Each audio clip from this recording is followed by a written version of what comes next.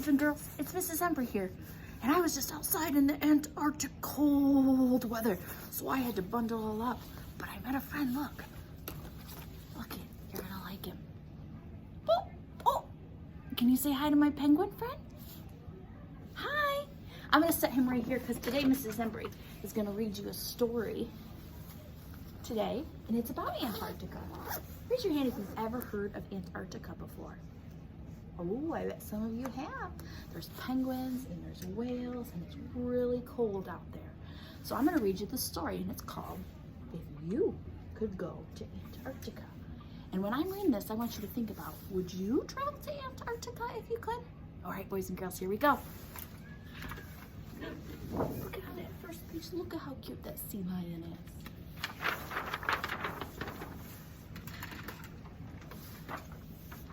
If you could go to Antarctica, you'd probably leave from the tip of South America, right there.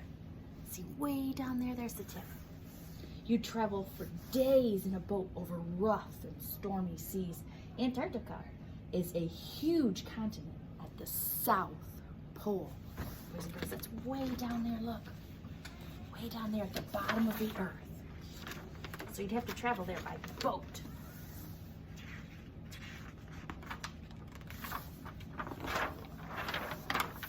If you could go to Antarctica, you'd have to be ready for cold weather. It almost never gets warmer than 32 degrees. Remember on our number line, we can't even go outside when it's lower than 10, but it never gets warmer than 32. Think about that, boys and girls. In your thickest winter coat, you'd probably still shiver. Antarctica is the coldest place on Earth, boys and girls. It is the coldest place on Earth. Look at this, is the boat traveling through you can see icebergs and cold water. So if you like cold weather, you'd like Antarctica. If you could go to Antarctica, you would find snow and ice that almost never melts. I wonder why it never melts. Why do you think?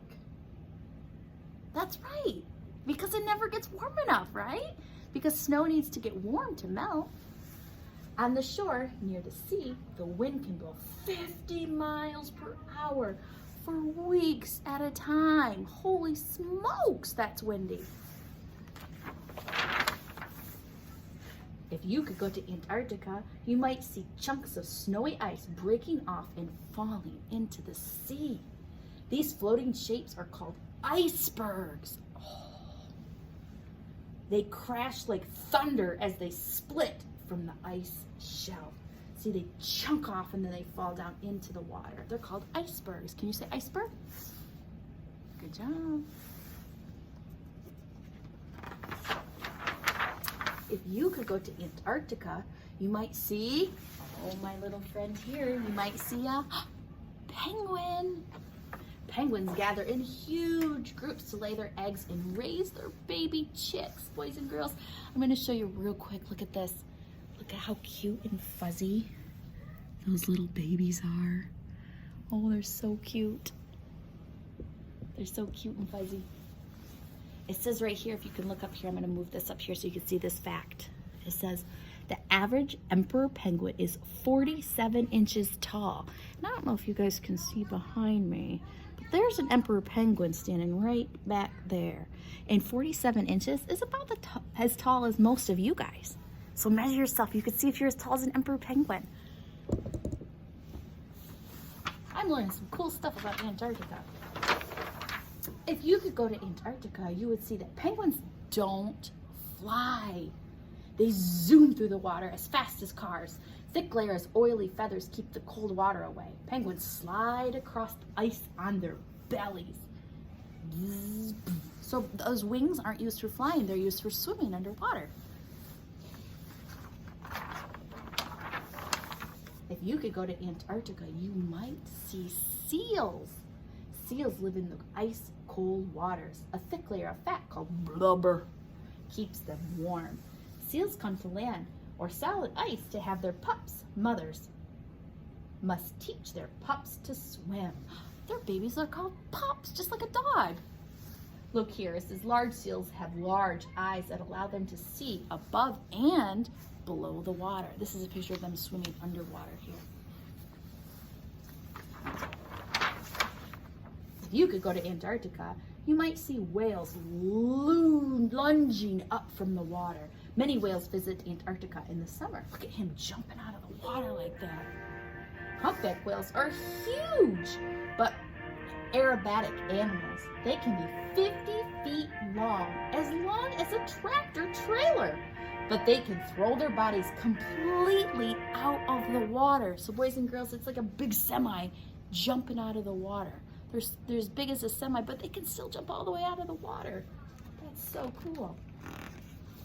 Listen to this. Okay, Google, what sound does a humpback whale make?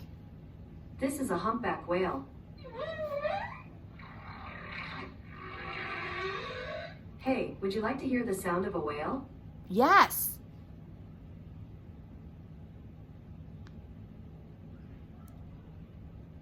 All right, or not.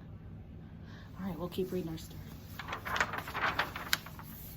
If you could go to Antarctica, you might not see any plants. Oh, I don't see any plants. I don't see any trees. Sorry, I didn't understand.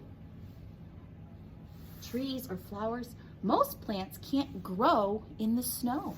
It's too cold for plants to grow there.